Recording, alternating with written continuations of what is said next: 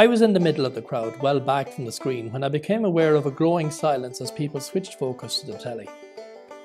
When I turned to look, there on the screen was a bald priest, in a sort of a crouch, waving a white flag with blood on it. Behind him, 3 or 4 men carried a body between them.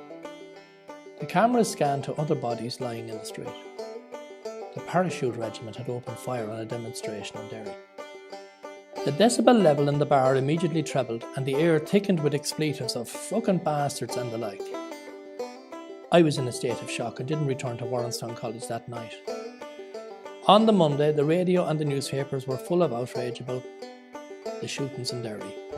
This fueled my anger to such a pitch I could neither think nor talk about anything else. I decided to go up to Dublin the following morning. With no particular plan in mind, I made my way towards Belfield on the top deck of a bus. From this vantage point, I saw streams of people walking purposefully as if to an important football game. I pressed the bell and clattered down the stairs. I had stumbled onto a protest outside the British Embassy. People were coming in from all directions. There was no speeches or anything other than guttural roars and chants from sections of the crowd, which soon numbered a couple of thousand or so. About a dozen Gardaí stood on the steps in front of the door. Most of us just milled around, vexed, looking and waiting. Around lunchtime, I saw a student colleague of mine pull in on his Lambretta scooter and park on the footpath beside the railings. He had a plastic drum on the platform between his feet. When I looked again, I saw people filling milk bottles from the drum. Rags jammed into the neck of the bottles were set alight, and the next thing, petrol bombs were flying through the air. Every time one broke on the wall or door and burst into flame, a cheer went up from the crowd. I remember feeling sorry for the Gardaí on the steps as the flames erupted behind them and at their feet.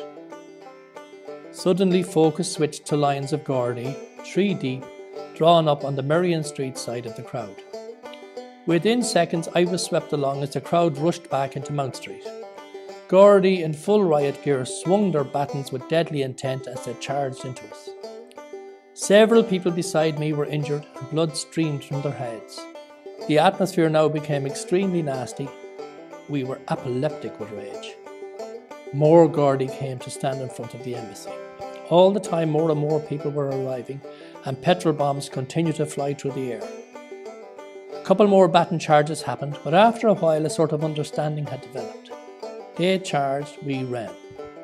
Then they went back and we moved back to our original position. Sporadically the odd petrol bomb flew and broke on the wall or the door. I had linked up with a couple of student friends among the crowd. Around 4 o'clock, we slipped away and headed back towards Stephen's Green.